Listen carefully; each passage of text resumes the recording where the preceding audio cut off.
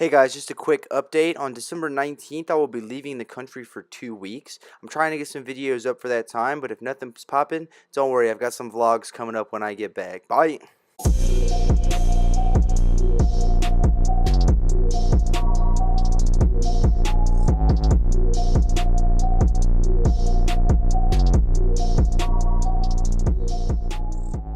Yo, what is poppin', my guys? It is your boy Ashley. Today I am bringing you our week something or other match of the UBLN against UltraPlayer, aka my man. Well, I guess that's just UltraPlayer. I don't have an AKA for him yet. We'll get there. He's a pretty good friend of mine. So far, I met him through the MLP, and he came over ever so graciously to help with the UBLN, which is awesome. He's a great battler. I know he's won like every league known to man. But his team is very, very intimidating as well. At this point in the year, we are 1-9 or 1-8. I think we did get a forfeit win from Arctic Weavile, so we will not be uploading that video. But whatever week this is, I'll have checked it after this recording and added it into the thumbnail. So let's go ahead and talk about the teams a little bit, man. I have Darmanitan, Tangrowth, Alolan Ninetales, Gengar, Mandibuzz, and Mega Lopunny, while he brought Excadrill, Noivern, Mega Glalie, Primarina, Celebi, and Yanmega. So I really, really like his team. And I don't really have a whole lot. Like, you ever look at a Yanmega and be like, wow, I hope that's Tinted Lens. Because if it's speed boost, I really don't have much to say for it. My team is very frail overall, and if I can't get that Aura Veil up, then I'm not going to be taking any hits, really. So that is pretty much just the general. I don't have my unfortunately my sets were lost into the Great Showdown Abyss, but something that is cool is that'll hopefully make up for not having my sets this week is that we're actually playing Wi-Fi. I know this is technically a Wi-Fi league, but it has been absolute hell trying to get everything finished. I've been working a lot lately trying to save money. I recently got engaged. I really just got a lot going on, so we're gonna try and finish out strong. But I have like 4 days to get in my last 2-week battles, which may just end up being forfeits. I really don't want them to be, but it depends on when Darude and Fireburner are able to play. So without further ado, let's go ahead and get right into it. I don't want to hold you guys up any longer than I already have. We're just going to jump in and take a look at our game versus my man UltraPlayer. Good luck and definitely have fun. This is not I think this is the last of my non-divisional matches, so definitely a nice game to win if we can, simply because we went 0-3 in divisionals last time. So he is going to go ahead and lead out Maryland the Excadrill, as we are going to lead Darmanitan. Now here I really wanted to stay in and go for an attack like a U-turn or something like that, but I did not want to risk this being Scarf Drill. Yeah, I mean, that's pretty much it. I didn't want to risk it being Scarf. I didn't know what kind of set he was going for. At the very least, I figured I could defog away those hazards. So I go Mandibuzz, as he also makes the hard switch into Primarina. So one thing I do remember is that I am not rocking the Assault Vest this week on Tangrowth, and it definitely shows. That does way over half, and I really don't have a choice here but to stack the Tangrowth off to the Moonblast. So that was really, really bad. I definitely needed a better Primarina check, or at least I should have ran the Assault Vest. If I'd run the Assault Vest this week, we'd be in a much better position, but unfortunately that's not the way the tides go. We're going to switch right here into Gengar, forcing him to back out of his Primarina and go back into Drill. So he is Mold Breaker, so that's what led me to believe that he was probably Scarf, because, well, I don't know, actually. He doesn't have Sandsetter on his team, so it doesn't matter. I'm an idiot, guys. Honest to God, I'm an idiot. I'm just going to get some chip and bounce back right out here into my Mandibuzz. I know it can pretty much handle this Excadrill as long as it doesn't go for Rock Slide. And as you can see, he goes for the Iron Head. So he is going to withdraw here, go back into Wrecking Ball, which is going to be his Mega Glalie. This thing is horrifying, and I am just going to use the Foul Play. So that is actually going to do about 52 or 53%, which is really, really nice. And here, I know I can live in Ice Shard, or I'm sorry. Here, I anticipate he's going to go for the spikes, and I know I can live in Ice Shard. Basically, I didn't think he was going to straight up attack. I thought he was either going to spikes or do something, and I go to set up the Tailwind because this thing is definitely an issue. I was very, very scared of this mon in particular.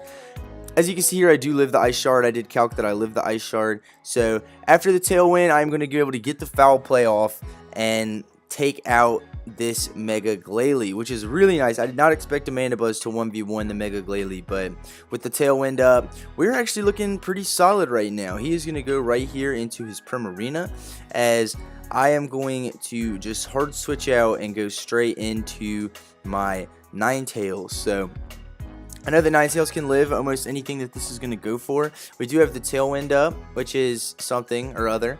We did not forget Snow Warning this week, which is super nice. I always hate when I forget that. And he is just going to fire off the Moonblast here. So I know that I can live it. It's going to do a decent chunk, but not enough to hit KO me.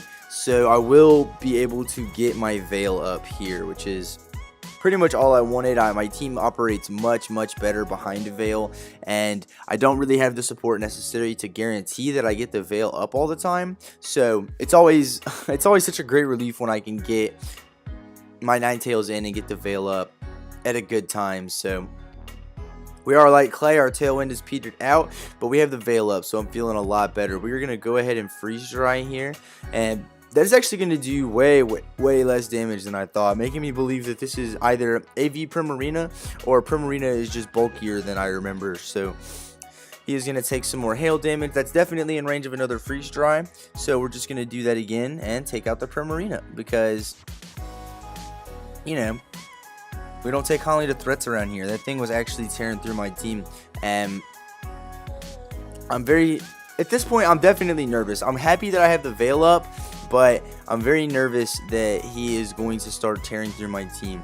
Here I am actually carrying Ice Shard specifically for this Pokemon, and I had run enough attack investment to make it a 2-hit KO, but he's obviously running some HP bulk, so that's a no-go. But at least we do get that very, very essential chip off as we go down to the Noivern. Now, I don't outspeed this with anything, but we do still have the Veil up. Oh, I'm sorry, I outspeed this with my Lopunny, because my Lopunny outspeeds everything. That's a fast boy. Well, that's a fast girl, because it's Benzie. But we are tied at 4-4 right now. I'm doing okay. I'm not playing as well as I would have liked, but against Ultra, I will definitely take being 4-4. Absolutely, he's a great battler. So here, I really wanted to predict. Or I can't even remember what I did here, to be honest. I would like to say, I just Ice Punch. So that covered both options. It covers the Noivern as well as the Celebi. However, I do think that Return does just a little bit more, or Frustration does just a little bit more, because I'm running Frustration. So I'm going to go for Frustration here, and I forgot to burn it. I forgot to work my Frustration down to 0, right? You'll see where that comes into play later. But had I remembered to bring my Frustration down to 0, I would have been able to knock him out here, as you'll see. Or if I had just gone for Ice Punch twice, you know, basically if I had either gotten the Frustration up the way it was supposed to, or gotten the Ice Punch off, I would have taken it out there, but I didn't. So instead, he got rocks up, and my Lopunny is poisoned. So that is really bad. I knew that was a really bad situation to be in. I'm just going to be taking more unnecessary poison damage here, forcing me to 4-hit KO this Celebi, which is stupid, because it would have been a 3-hit KO had I just gone for Ice Punch. But I had forgotten about Frustration. So that's definitely something I'm going to want to keep in mind. I don't think I'll ever draft a mon again that needs Return, to be honest, just because it's hell if you're not using Showdown. So here he's going to go for the Protect, which is super unfortunate because I am actually just going to Thunder Wave here. Honestly, at this point, I was praying that he missed the Air Slash and I could get the Thunder Wave off. Although he's a good player, he probably would have just Bug Buzz or done something 100% accurate. Now he's sitting at +1 speed, and I don't really have anything that can take it because of that because of the stealth rocks, it's going to bring me down below the range I would need to be at to live this bug buzz, which, you know, was a little bit of a stretch anyway, because this Yanmega is very, very strong. And at this point, I'm looking at the rest of my team. I'm looking at Ultra's team, and I'm pretty much thinking GG. There's nothing I can do to stop this Yanmega. My Gengar isn't fast enough, as you will see. He's going to get the spikes up. He's going to get the stones up. And he is going to be packing the hidden power ground. So that is absolutely going to yank my Gengar. That is definitely the end of the game. We do get the cursed body on the hidden power, but the only thing he needed it for on my team was Gengar. So it pretty much just did its due and prevented him from getting the cursed body on something like Bug Buzz or Air Slash, which would have been good. I guess Air Slash, I don't know, man. It doesn't matter. He won this game fair and square. Easily won this game. So there's not really a whole lot. I didn't have any counterplay prepared for Yanmega, and he somehow knew that and brought it. It did a lot of work against my team. Got the clean sweep through, and that is just another big old fat L on a season filled with big old fat L's. I hope y'all have been enjoying the content. I know that the Draft League content has been kind of scarce as of late, but that's because the UBLN is pretty much dying, and that's the only league I'm in currently that is actually actively battling. So I have the HBL, which I will not be uploading the HBL, but I will be doing a draft analysis for the HBL because I like my draft there, and I like to talk about my drafts with other people and talk about the strengths and weaknesses, and I usually get good feedback in the comments. I also have my IBA draft coming up in January, as well as my my IBA draft happening now with my IBL draft happening in January. So coming January, y'all will be eating pretty good. I'm recording some more with Shofu.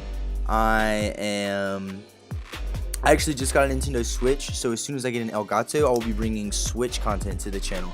Hopefully way more regularly than I'm bringing 3DS content to the channel, just because I don't have a capture card, so I was always having to rely on other people. But with an Elgato and the Switch, I'll be able to do lots and lots of different videos because the Switch has a huge variety of games and things like that to play. I'm super excited, and I really don't know how much more excited I could be. Unfortunately, it's going to be a little bit scarce for you guys the rest of the month of December because I will be on vacation. But do not fear, I'm going to be trying to record some videos to throw up for you guys while I'm gone.